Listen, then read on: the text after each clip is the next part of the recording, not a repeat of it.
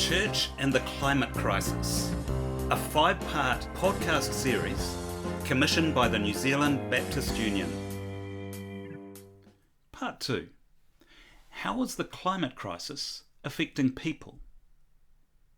You may wonder why people would be the focus for episode 2. Didn't we just hear in episode 1 that 68% of Earth's animal life has been wiped out since 1970? And that there'll be more plastic in our oceans and fish by 2050? Surely it's Earth's non-human life we should be focusing on. And that word rada that we heard about, God expects us to take caring responsibility for this problem. We should be making an urgent plan. Well, all of that is true, but if we want an overall perspective on this topic, we also need to know how people are affected. And more to the point, many seem to think of climate change as a far distant theoretical concept, as if it doesn't affect anyone here and now, and that couldn't be further from the truth. In response to that, we could quote decades of robust peer-reviewed science, or we could just say, come and listen to someone whose life has been affected by climate change. I've loved doing all the interviews in this podcast series and found them all helpful and inspiring, but one of those interviews brought me to tears. It was the interview with Eliala Fihaki, who grew up in Tuvalu, a country that is being overwhelmed by sea level rise and extreme weather. We'll hear from Eliala next, and in the session we'll also hear from World Vision's Olivia Yates about why climate change is a Micah 6:8 justice issue. With me now is Eliala Lotuala. Eliala is from Tuvalu, a country particularly affected by climate change. She has a degree in environmental studies and a master's in governance. Eliala has been working in recent times at Tear Fund as a senior program specialist and more recently at World Vision as their climate resilience program manager. Eliala somehow has time to run a consultancy as well, and that's called Collective Consult. It's a Pacifica climate and sustainability consultancy. Welcome, Eliala. Great to have you with us. Thank you, Steve. Talofa. Talofa. Can you tell us a little bit about how you introduce yourself? Steve, Tuvalu is very small, so people really don't know where my country is. So I usually started off, I'm Eliala Fihaki, I'm from Tuvalu. And people look at me puzzled. I know they don't know where is Tuvalu, so I will say it's in the South Pacific. And if they still don't get it, then I'll say it's the sinking island. The sinking island. Yeah, hopefully that helps them connect it. Eliala, can you tell us more about Tuvalu? Most of our listeners, of course, won't have been there, and we can see on a map that it's a couple of hours north of Fiji. But what might strike Kiwis if they went there?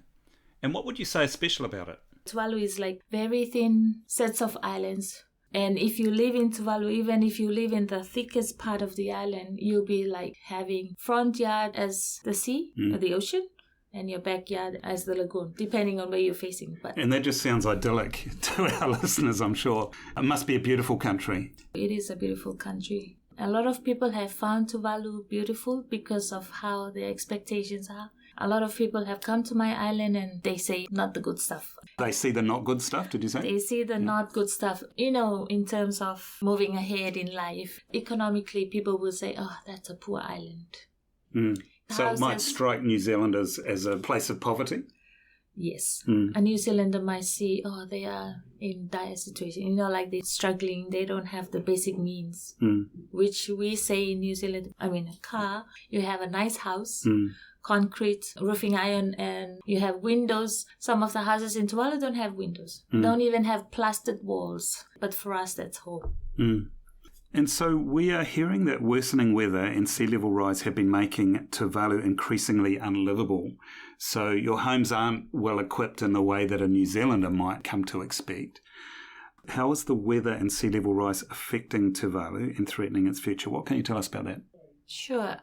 Growing up in Tuvalu, I always see some parts of our island submerged under seawater. And also when there's heavy rain, it is flooded. And this is the place where we have our airfield in Funafuti. This place used to be a swampy taro plantation, and the Americans came during the World War II and they dumped that place and turned it into an airfield. So hence the instability, I think. The soil is not stable. But As I grow up, overseas, I went to school, I came back, but I'm seeing the same areas inundated by seawater. It's expanding the area and stay there for a longer time. In the olden times, when there's no rain, it just dries up. But now it's just... Now it doesn't dry up. So Yeah. during the course of your lifetime, you've seen a difference from when you grew up there and how the islands coped with the weather and the extremes of it to now they're not coping with it quite as well. I can say that, definitely. People are not coping, not only the people, the island, the mechanism of the island as a natural system is beyond its coping ability. We are near the equator. Of course, there's always sunlight, there's always high intensity of heat and sun. But then there are times when you can see it is prolonged for 3 months, even to 4 months. And you can see the plants turning yellow, dying out. And that's all the food that we're dependent on. And you've done a degree in environmental studies, so you know how Tuvalu is being affected by climate change. How does that make you feel? Knowing all of that, it's frightening. It's sad in a way that I know that it's unsustainable for my country or my people to be in existence for a long time. I know that one day we'll be wiped out of this earth, especially the islands where you used to play. You know, it's like your favorite place in life. It's no longer there. And not only that, like the people you know or the ecosystem that has maintained you or supports you as a Tuvaluan is no longer there. So the things that we think of that make up our concept of home, the places you enjoyed going to, the special places and all of that, and the idea that this is being lost over time, it's pretty big to contemplate. You said you found it frightening. Yeah. I think it's hard to comprehend for some of us, really thinking your island won't be there to go back to. Because we, Tuvaluans, we always been travelers. Right. Because of the nature of our island, people are always traveling, looking for, for more livelihood to sustain life. We have seafarers, not only during the colonial times, but before that, navigators. They go to other islands, get food when there's a famine. And we've left the island, but we always look forward to go back. It's like a place of refreshing or rejuvenating, where you go back and you... Sorry, Steve.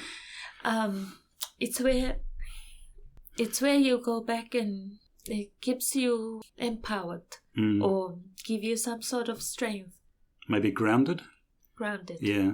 What we feel when we go back home. Yeah. You feel a sense of belonging. And whenever you go back, you get yourself rejuvenated. You feel like I can take another mile. Yeah. Go out again.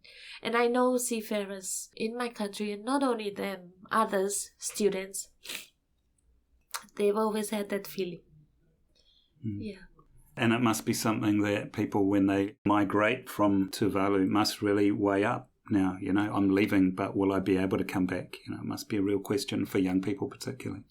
Yeah. And also, like for me as a Tuvaluan living overseas, I couldn't impart that joy, that grounding feeling to my children and probably my grandchildren if I get to live that long. But, excuse me. I think that's something that's going to be missing from our future, from my generation and Tuvalu as a people. Yeah, it's hard to pass on that experience that it is for you to go back home to Tuvalu and give that to people in this country. It's not the same. It's not the same, Yeah, goodness, there's a lot to contemplate here. So in our country, we're not affected in the same way by climate change. We're in a temperate country, a moderate climate, a wealthy country, certainly by comparison. We have infrastructure. We can manage, when a cyclone comes through much easier. So it's hard for us to contemplate what you're saying, where your home could be lost and you might never be able to return there. So that's really worth dwelling on. Can you tell me, does this problem, in your view, have anything to do with Christian faith? How does that come into it for you? My country, we came to know Christianity in 1861. Yeah. Christian guy from Cook Island got swayed because of strong winds, and there's 9 of them. They got shipwrecked in my mother's island, Eliala. And from then onwards, we just all transformed. We became Christian. I know definitely that we have break the principle that God has given us as human beings. What's that principle? From Genesis 1 verse 28, which says, "Be fruitful and multiply, fill the earth and subdue it, have dominion over fish of the sea," and so forth. In some way, people take it's ours to exploit. Dominion, it's not about for you to exploit, but for you to use according to your right to live in this life. It's about nursing. It's about caring. Caring for, yep. Just the same as me as a mom. I have dominion over my children. Yes. But I don't use that dominion in an exploitive way. I use it in a loving way. And so when you reflect on that, you're saying that humanity is guilty of how they have treated the earth? I would see it that way because I think God has made the earth in a way balanced that we know how to live according to each other, because He had said it in His commandments. You love your God with all your heart, and you love your neighbor as you love yourself. So if we are made equal in the eyes of God and we are made of His image, if you love God, you should love others. And by loving others, you should not do things to damage others' life. So we have not been treating the earth as we were instructed to, and we're seeing the consequences of that. Have I got that right? Yes. Yeah. Yes. We haven't really done right by keeping that principle, so this is the effect. Yeah. Because you can see the greed. I'm not saying that I'm not enjoying the pleasures of life, but our consumption levels is beyond what I think God has planned for this planet. Yes. Or for our lives here. And I think we are not taking time to help the earth recuperate from the damages.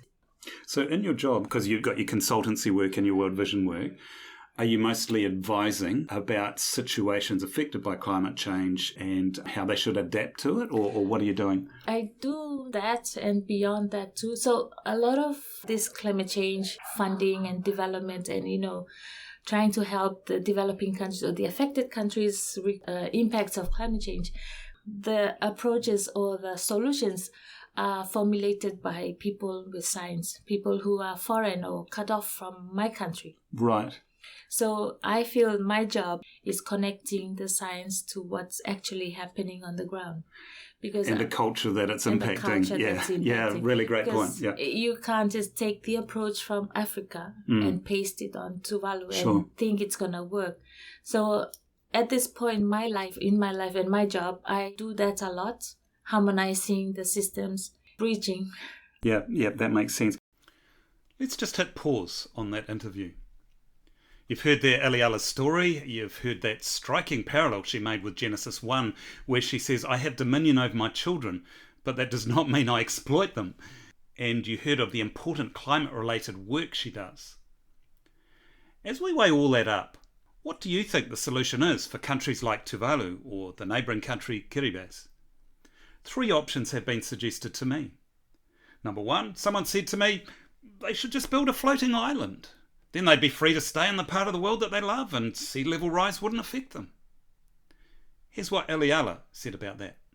It's an ideal adapting mechanism for these countries, but it would take a lot of money. Huge amount. And I know no one will raise up their hand to say, I'll build you an island, because there's a lot of countries like us in the world that's wanting same help. Well, if a floating island is unlikely, then secondly, why don't they just all come to New Zealand? There are quite a few Kiribati and Tuvaluan folk living in the Auckland area already, so why not? I managed to find the perfect person to ask this question to. Olivia Yates, who works for World Vision, did a PhD on the climate mobility of Kiribati and Tuvalu people coming to New Zealand. Here's what she said. What World Vision knows from the conversations we've had with our partners from Tuvalu and Kiribati is that current visa systems aren't really fit for purpose. First of all, they don't acknowledge climate change as a cause. New Zealand has a visa that we call the Pacific Access Category, the PAC, and that allows 75 people from Tuvalu and Kiribati, as well as a number of other Pacific countries, to come each year. But people who experience climate impacts are needing to put their name into a ballot and rely on luck in order to come to the country. It's not based upon the extent or the risk of climate change. But then on top of that, it's also really exclusionary, and that's because the visa is set up to support what New Zealand understands as the ideal worker. And who this ideal worker is not is a lot of people who make up our society. For example, people with disabilities will find it really hard to get residency in New Zealand. We have something called the Accessible Standard of Health that basically prevents people who have any form of disability that will cost the country in some way from entering. It also doesn't support people's elders and grandparents to come to the country. The visa is only for 18 to 45. Right. And it's also really, really expensive.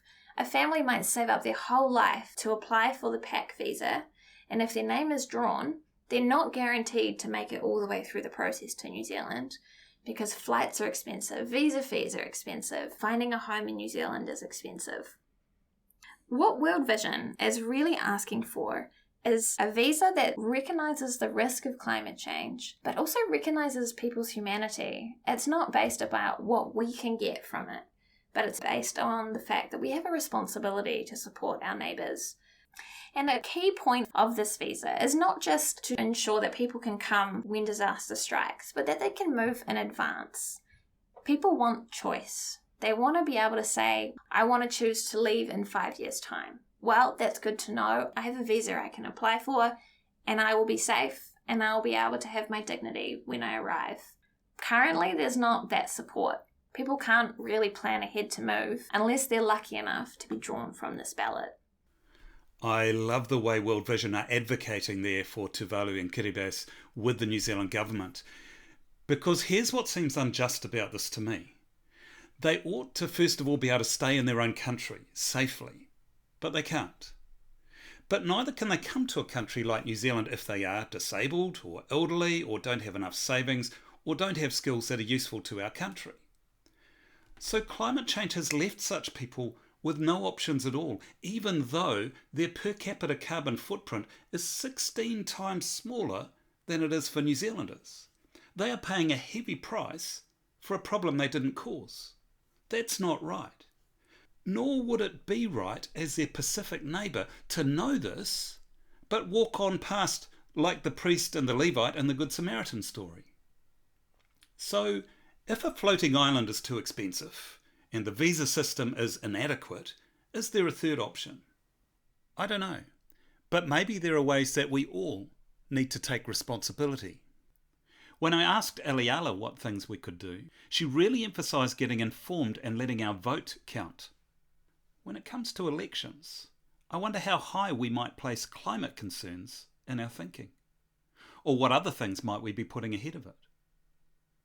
Eliala talked also about aid and generosity, but then she made this particularly challenging comment. You extend your hand giving funds to organizations to go and help, making you feel right about yourself. It doesn't really work when you give your funds, but you continue to live a lifestyle that's damaging to the environment. Your consumption levels are not controlled because we are connected in the sense. The same air that Tuvaluans breathe is the same air that circulates around New Zealand, the sea, the climate. We are connected in that sense. I wonder if you or I would find it easier to give money than to change our lifestyle. The other thing that sits in here for me is the importance of realigning our faith with our actions. And the best articulation I heard of that was in my interview with Catherine Hayhoe. And bear in mind that Catherine is reflecting not just on Tuvalu, but on the many countries and parts of the world that, like Tuvalu, are suffering in this climate crisis. Take a listen. I truly believe that if we take the Bible seriously, that we will be out at the front of the line demanding climate action. And let me explain why. The reason I'm a climate scientist is because I'm a Christian. I was not planning to be a climate scientist until I serendipitously, so to speak, took a course at university. And that was where I learned that climate change is not only an environmental issue, but is also a hunger issue, a poverty issue, a health issue, an economic issue, a geopolitical issue, a human issue. The people who are most vulnerable and most marginalized today, the very people who Paul wrote to the churches in the New Testament to say to care for, Those are the people who are most affected by climate change today, and that is not fair. They're the very people, the least of these, who Jesus told us to love and to care for. So to me, what I do is a profound expression of my faith. Providing for people's physical needs does not only mean food, water, healthcare, education, safe place to live. It also means addressing climate change, a threat multiplier. It's addressing this threat multiplier that is making more people hungry every day. It is pushing more people into poverty every day. It's contaminating more water resources every day. It's threatening the security of people's homes every day. If we don't address this issue, we cannot invest in and make people's lives better. And I truly believe that that is part of what we are called to do here on this earth today. So inspiring to think how God changed the course of Catherine's life in that university lecture. Putting those thoughts together with Eliala's heartfelt story from earlier and those insightful visa comments from Olivia Yates, I trust this episode has given us plenty to think about. Well, the regular pattern at the end of each episode in this series is to play a song from the stage show that I wrote called 341, the Climate Musical, and to tell you what's coming in the next episode. 341 is set on an island just like Tuvalu. And just as Eliala shared the plight of Tuvalu with us today, so the island character in this song sings, "I wanted to believe that the world would take notice." We can chart the human genome, locate worlds in the Goldilocks zone. Then we can tame the rising seas, find the courage and the means. And the world would hear our cry, share our cause and stand beside. I wanted to believe.